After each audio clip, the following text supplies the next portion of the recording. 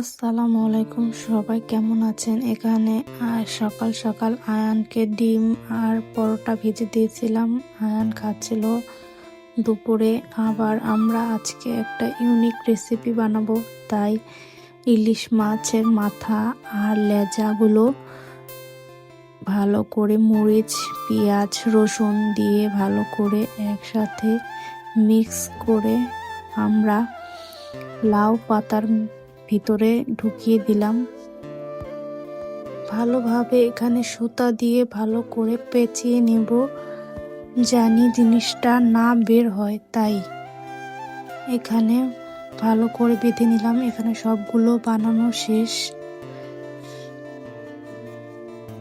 এবার এগুলোকে হালকা তেলে ভেজে নেব।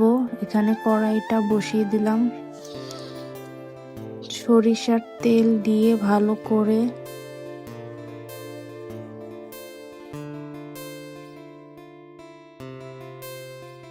এখানে তেলে ছেড়ে দিলাম পাতাগুলো সুন্দর করে বানানো।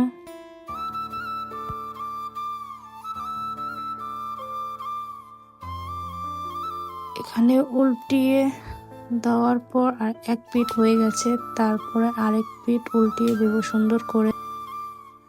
উল্টিয়ে দেওয়ার পর অনেক সুন্দর স্মেল বের হচ্ছিল, গ্রানে ভরে গেল বাড়ি।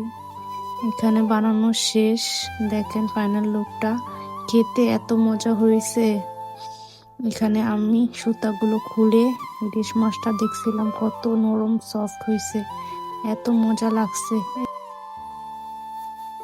রাতে নুডলস খাচ্ছিলাম। আজকে এই পর্যন্ত। আল্লাহ হাফেজ, আসসালামু আলাইকুম।